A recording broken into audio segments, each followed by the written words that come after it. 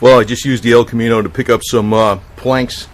These are only 1 1/4 by 10 feet, and I'm going to use it to make like a workbench along here, so I can stick stuff like that underneath it, and maybe even a generator underneath it.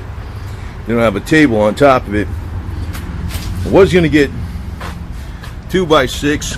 Then I says I'm getting these 1 1/4 by 6 this way, and if it needs to be thicker, all you got to do is add a layer to it. And these are all pressure treated, and they'll be stained up, and we'll make it extra heavy duty. So yeah, this would be kind of good to work right here. So that'll be doing that. Well, I'll start cutting up some bracing, and I can do the 2 ends. You got 2 pieces in the middle, and we're gonna make some legs and some cross bracing in the back. And if it needs more bracing, I'll add it. So that's the way I'll do it. Okay, so it's got 4 cross braces on 5 planks of wood. I think each plank is 5.5 inches, so that's 27.5 inches, 28 inches wide. That's about right.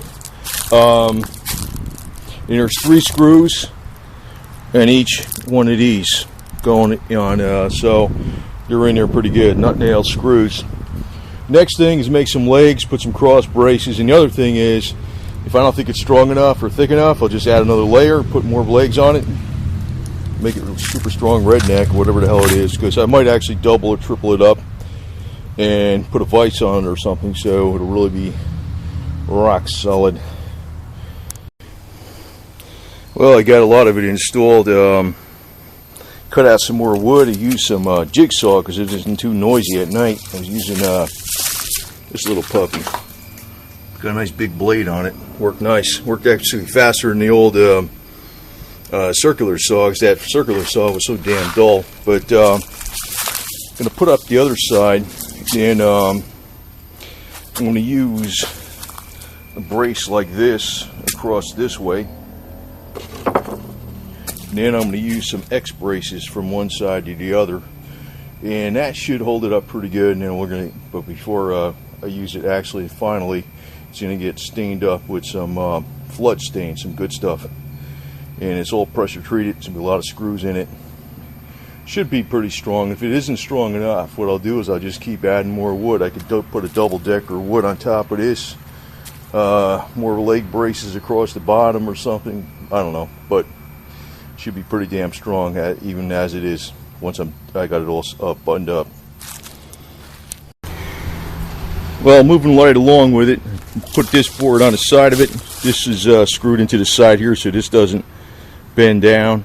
Then this is screwed onto here. I'm going to have top screws this way, but then we're going to start making some X's in here. Got to put the other one on the other side. We're going to do X's all through here.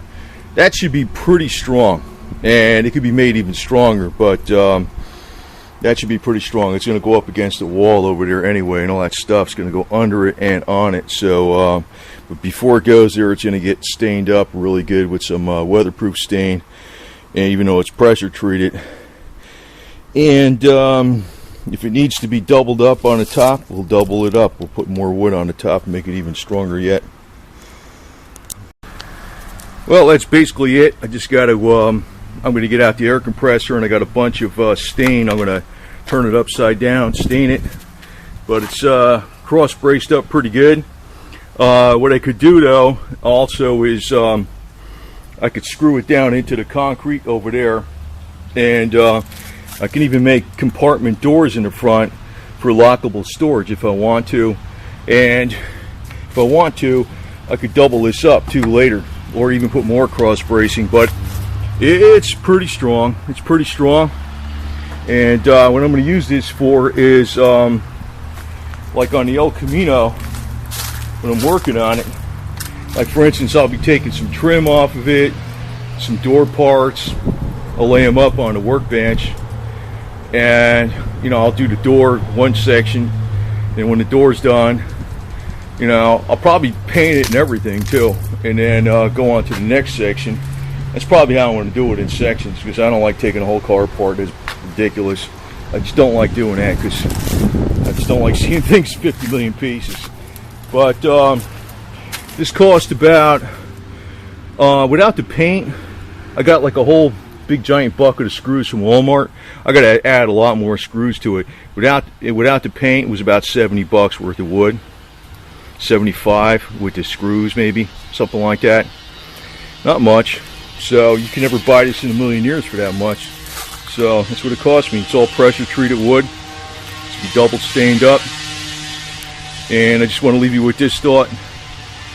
The real Jesus was a carpenter.